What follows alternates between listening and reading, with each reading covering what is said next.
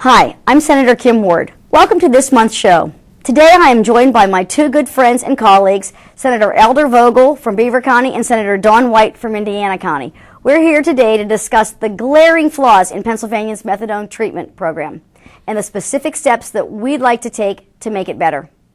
Methadone treatment is supposed to break addicts of their habit, but in reality and in too many cases, it has simply become the drug of choice. We trade an illegal substance, heroin, for a legal synthetic narcotic, methadone, with the taxpayers footing the mounting bills for open-ended treatment and paying to shuttle users to clinics of their choice, wherever that may be, regardless of what is most cost-effective and regardless of what it's costing us.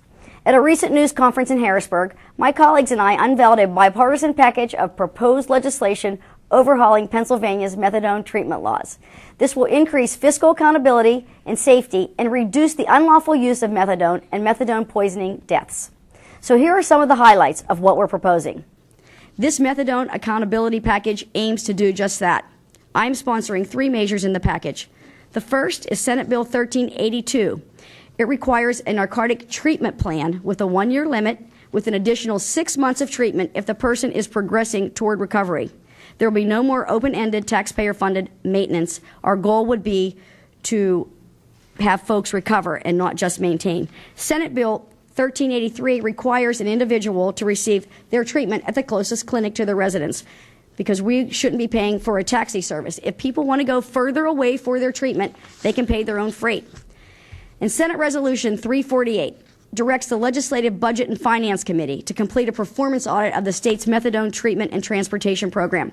This audit will tell taxpayers the annual cost to the Commonwealth for these treatments, the length of treatment on the average for individuals, and it will specifically determine if there is a narcotic treatment plan in these clinics rather than just maintenance. It will also give us an annual current cost of the medical assistance transportation program and the savings to the Commonwealth that would result if the individuals were required to receive their treatment at their residence. You know, there are different sources of funding for transportation. There's federal, there's state, there's county, but in the end it all comes out of the same pockets, and those are our pockets.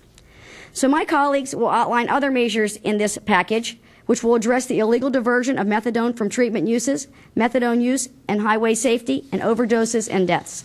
Earlier, talking about what it is that we can do to make this better. In my own case, I had a constituent call my office and complain about the taxpayers, meaning him, paying for someone's transportation back and forth to the clinic. And he wanted to know why we did it. So we just started to look further and further into it, and then we found so many things that needed to be changed. Well, how did you get involved, Senator White? Kim, first of all, thanks for having me on your show. I got engaged in this issue about 4 or 5 years ago, and it started with the fact that, well, nobody really wants these methadone clinics in their backyard. And it was being blamed for everything under the sun. Whether it was true or not was always a matter of debate. But I think when you look at the abuses that goes on, and I'm certainly not a pharmacist, but I don't understand the utilization. It's always perplexed me that we're trying to cure one addiction and we feed another. And I've had some tragic results of methadone treatment in our district that I think need to be addressed.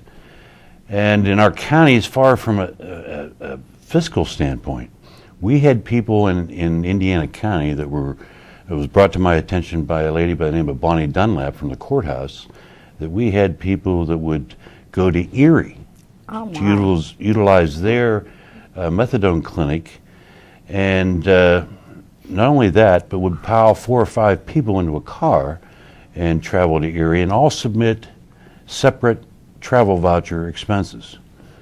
And this sort of abuse, while it doesn't total into lots of zeros, you add up with, if this kind of abuse is going on in every other county, that's something that had to be stopped.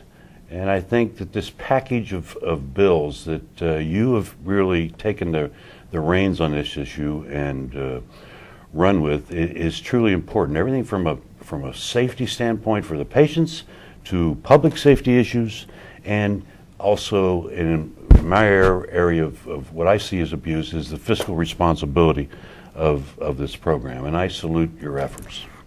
Senator White, how many miles approximately is that one way between Indiana and Erie? That's a 2-hour drive. I'm going to say it's 130 miles. So if I believe in Indiana County, Ms. Dunlap said you spend about $230 or $235 a mile. But just figure that out 6 times a week. What that adds up to, an outrageous amount. And there's no accountability. There's no accountability for, are these people getting better? There's no accountability. How long are they supposed to stay on this drug? Is that forever?